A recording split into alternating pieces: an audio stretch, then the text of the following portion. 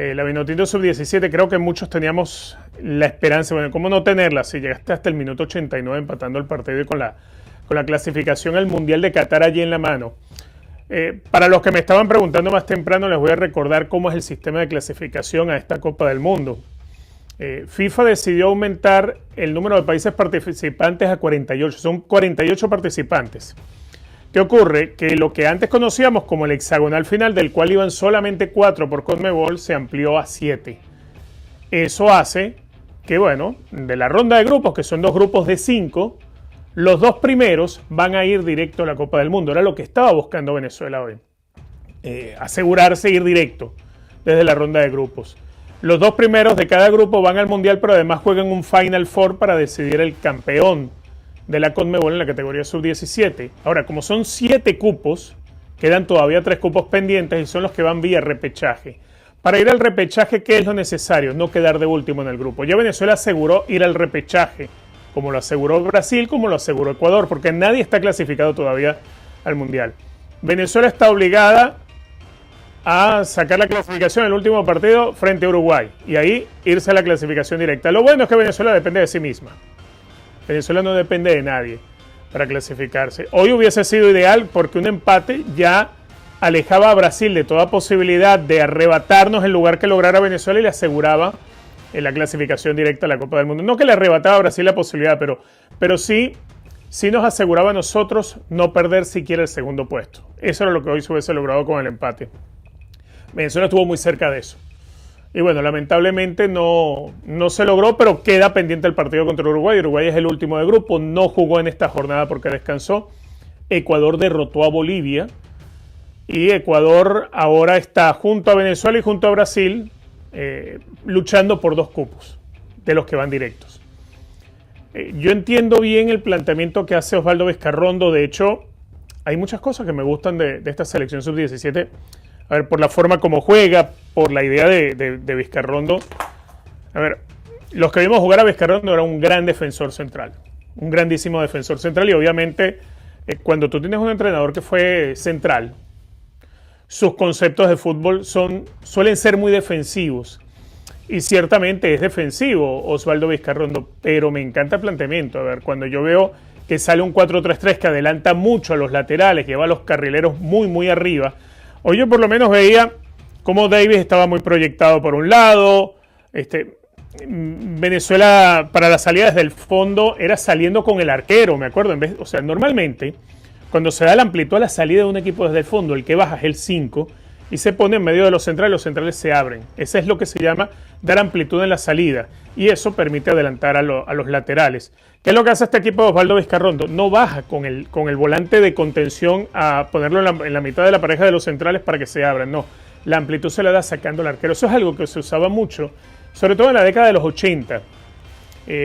No es algo que hoy en día se acostumbre a ver mucho y me agrada verlo en Osvaldo Vizcarrondo porque está desempolvando algo que quizás mucha gente ni se acuerda que se hacía. Entonces la salida de Venezuela, ¿qué era lo que lograba? Bueno, adelantar los laterales, los convertía más en carrileros, buscaba la amplitud con la salida de los centrales. Entonces ahí uno veía el trabajo de Maitán, del otro chico, a ver, es que a mí se me van los nombres.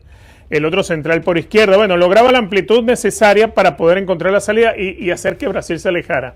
Durante el primer tiempo Venezuela da un buen partido. A mí me gusta mucho el primer tiempo. Yo no sé ustedes, pero a mí la verdad el primer tiempo que da Venezuela es muy bueno. ¿Por qué? Bueno, porque se recuperaba a tiempo, cerca siempre de la mitad de la cancha. A Brasil le costaba llegar al área venezolana. Todos eran méritos que venía logrando Venezuela en base a lo que venía diciendo. A ver, aquí alguien me dice, Eduardo dice, ahora siento que estás vendiendo humo. No jugaron a nada. No, ¿cómo que no jugaron a nada? A ver, hay un segundo tiempo que ciertamente Brasil arrincona a Venezuela. Por eso le estoy separando los 2 capítulos del partido. Uno del primer tiempo y otro del segundo. No, yo de vender humo, ustedes saben que yo no vendo humo. ni de casualidad. Pero sí tengo que decir lo que vi y lo que puedo analizar de la salida de Venezuela y de lo que hace en el primer tiempo, sí. Ahora, eso le aguanta a Venezuela durante el primer tiempo. Y le aguanta durante el primer tiempo porque Brasil perdía en los duelos individuales, estábamos muy parejos en la posesión y en la medida que iba pasando el tiempo, Brasil era el que se estaba alejando del objetivo.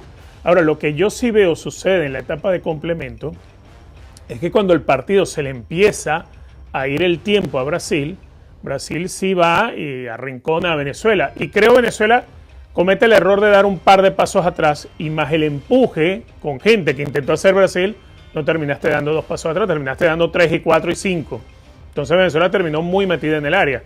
Y Brasil empezó a tener oportunidades, Brasil empezó a pisar el área con frecuencia. Brasil lograba terminar jugadas. No es que era un Brasil que le pasaba a Venezuela por encima, ni mucho menos. ¿Que el partido era para que Venezuela lo ganara? No creo. Venezuela no creo que haya tenido grandes situaciones, como tampoco parece que las había tenido Brasil. El gol es a ver, es muy feo el gol. Es muy feo el gol. La verdad hay que decirlo, porque acá el cabezazo, cuando están todos esperando y marcando en el primer palo y van a retroceder, y que te bañe la pelota como te baña, es algo que da mucha bronca. Me pregunta por aquí José Francisco. ¿Podría llegar Vizcarrondo por el Bocha? Le falta mucho, yo creo. Bueno, el Bocha tampoco que tenía mucho cuando llegó a asumir la selección nacional. Yo creo que Vizcarrondo va por etapas, él va paso a paso. Para él es muy bueno en lo personal haber asumido esta selección sub-17, que quiero decir algo, qué lástima que a Vizcarrondo no le tocó dirigir el preolímpico o el sudamericano sub-20 clasificatorio para el mundial en el que estuvo Baliño. Qué lástima, ¿verdad? Porque, o sea, yo hoy vi cosas que de pronto no se ven en la sub-20. También hay que separar algo, ¿no? En estas categorías. La mayoría de los chicos en estas categorías no han jugado en primera división. Entonces, no han ganado malicia, y ahí me refiero a los de Venezuela, a los de Brasil, a los de Colombia, todos. No han ganado la malicia, que es el oficio, lo que se aprende de oficio. ¿Qué es lo que ocurre? Cuando un jugador te llega a la categoría sub-20, ya se espera que haya estado en equipos de primera división, o en equipos profesionales, que no siga con sus categorías y que con aquello que te vienen con el cuento del proceso, no. El futbolista, mientras más joven, aprende el oficio, aprende la calle, como lo que te dicen, te falta calle. Bueno, al futbolista no le puede faltar oficio. Y ese oficio lo vas a conseguir en un nivel superior, no lo vas a conseguir con lo mismo de tu categoría. En sub-17 no hay muchos jugadores que tengan esa oportunidad ya de estar en una primera división. Son contados los que tienen esa oportunidad. Entonces, enfrentarte a Brasil, enfrentarte a Uruguay, a Ecuador, va más a la calidad individual que tengas, a la madurez para tomar decisiones, pero sobre todo al esquema táctico. Por eso es que yo hablaba del día que Venezuela le gana a Ecuador. Venezuela hace un gran partido en lo táctico. Porque si se hubiese ido Venezuela a ir al duelo individual contra Ecuador, Ecuador nos gana. Porque eran más fuertes, por ejemplo, eran más rápidos. Tácticamente le hace un muy buen partido Vizcarrondo a Ecuador. Hoy tácticamente creo que el partido iba de tú a tú. Iba de tú a tú. No es que Brasil le pase por arriba a Venezuela, no. Pero sí, en el tramo final del partido Brasil tenía la urgencia. La urgencia y bueno, también las desatenciones, que son típicas también en esa categoría. Que te distraigas en una pelota como esa, al minuto 89, que un defensor le gane en un salto. Es más, le ganan al más alto de Venezuela. A Maitán le ganan por la espalda. Entonces te cabecean esa pelota y va de globo hacia el segundo palo. Bueno, es un gol feo, pero es muy casual. Pero también termina por resultarle de buena manera a Brasil, y con eso logra la victoria que tiene hoy a Brasil en el primer lugar de la clasificación. Venezuela de momento es segundo. Recordemos que Venezuela, aunque tenga los mismos puntos que Ecuador, Venezuela le ganó el desafío directo. Entiendo que por ahora ese es el primer ítem de desempate, porque Ecuador tiene mejor golaveraje que Venezuela. Venezuela tiene +2 y Ecuador tiene +4. Hay que esperar a ver qué ocurre con Ecuador ahora cuando venga la última jornada. Ecuador tiene que jugar con Brasil.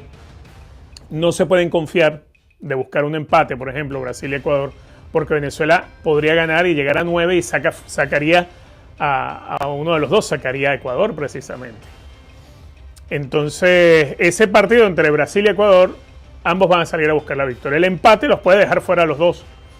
Ahora, el empate entre Brasil y Ecuador, si Venezuela pierde con Uruguay, bueno, clasificaría a Ecuador y Uruguay directos al Mundial y Venezuela iría a la repesca. Uruguay está muy grave en la clasificación, muy grave. Lo que pasa es que Uruguay perdió con Bolivia. Eso es lo que tiene mal a Uruguay. Uruguay cayó derrotado con Bolivia. Entonces, Uruguay no tiene muchas esperanzas de clasificar, pero sí, Uruguay va a intentar ganarle a Venezuela. Y la meta de Venezuela tiene que ser sí o sí ganarle a Uruguay. Incluso el empate puede hacer pasar a Venezuela, porque si hay un ganador en el partido de Brasil-Ecuador, ya Venezuela se asegura igualmente uno de los dos lugares directos al Mundial. Pero yo prefiero hacerlo ganando, no sé qué piensan ustedes, para mí tiene que hacerlo ganando. Yo les decía, y por eso antes de que llegara el comentario que nos escribió este suscriptor, que decía que estaba vendiendo humo porque yo estaba hablando de las cosas buenas que yo vi en el equipo de Vizcarrondo. Es que, de verdad, yo vi muchas cosas buenas. Yo vi detalles muy buenos. Repito, son detalles que en esas categorías se pueden explorar. Porque te estás enfrentando a rivales que no tienen oficio todavía. Entonces, digamos, el fútbol todavía es ingenuo en muchas etapas. Cuando tienes jugadores un poquitito más despiertos, que hayan tenido otro contacto, que han tenido otro roce, y voy siempre con el caso. David Martínez la rompía en esta categoría, y David Martínez era el alma de la selección del suramericano que logran la clasificación al Mundial de Indonesia, porque ya había jugado partidos incluso de Copa Libertadores. Entonces David Martínez, a pesar de ser un peladito, David Martínez llegaba con un oficio que le permitía sacar diferencia contra cualquiera, incluso contra jugadores de otros países que tenían mejor contextura física. Y eso es importante también.